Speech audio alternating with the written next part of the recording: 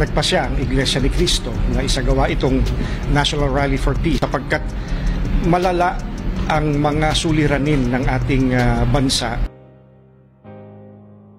Basta kung ikaw ay Pilipino, makikiisa sa mga kababayan mo na gusto ng kapayapaan, sumama ka dito. Ano to? Politically motivated or what?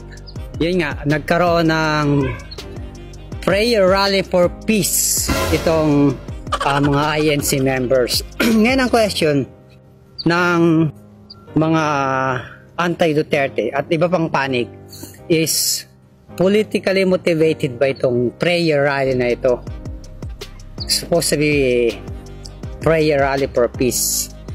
Kasi if we follow the common sense, kasi right now people don't follow common sense anymore. Si Senator Bato nandun pa at siya mismo nagsabi nandiyan lang siya for prayer rally, blah blah blah. It has nothing to do with politics. Pero the fact na nandun siya is a politics in itself. Hindi po ako pumunta dito para magpa-endorse or mamumulitika. Pumunta ako dito para ipakita ko yung pagkikiisa ko sa ating mga kababayan. Ang dating Pangulong Duterte pinatawag ng Quadcom.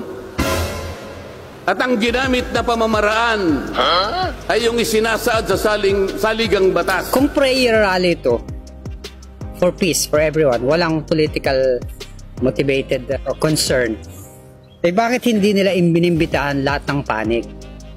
So kasi karamihang mga umattend na mga personalities, sila Senator Bato, mga pro-Duterte, bakit hindi nila inimbitahan yung mga pro-administration at iba pang mga presence itself? Hindi ko alam kung Iglesia ni Cristo member ba to si Senator Bato, pero nandun siya. So syempre ang sabi niya is to support yung prayer rally. So ba't hindi siya nag-invite ng sa kabilang panig para masabi natin parang para sa for peace? Kasi the fact na prayer rally in support of Sara Duterte. Tinawag po nila ang pangalawang Pangulo. Ang sabi po ng Vice President, siguro na inis na rin, I forgo my opportunity to defend this 2025 budget. When you say in support of someone else, so it's politically motivated. There's always politics there. So dapat it's a prayer rally for everyone in the politics in the Philippines. For peace and harmony. Dapat ganun eh. And yun nga, sabi ko dapat i-invite nila lahat ng personalities pro-admin, pro-Duterte, di ba?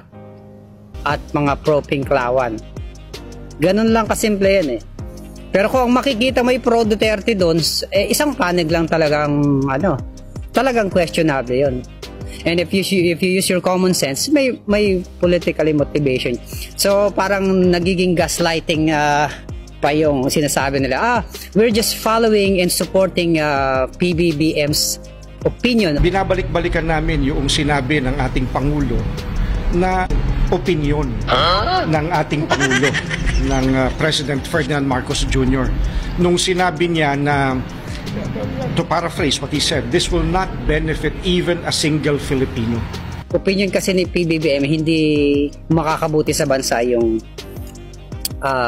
impeachment kasi magkakawatak-watak, which is true. Yeah, I agree on that. So parang nagiging gaslighting lang.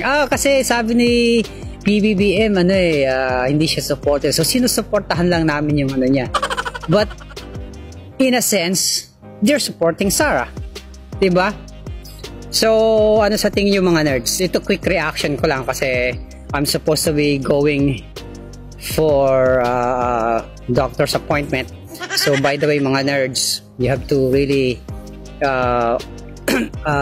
prioritize yung health nyo.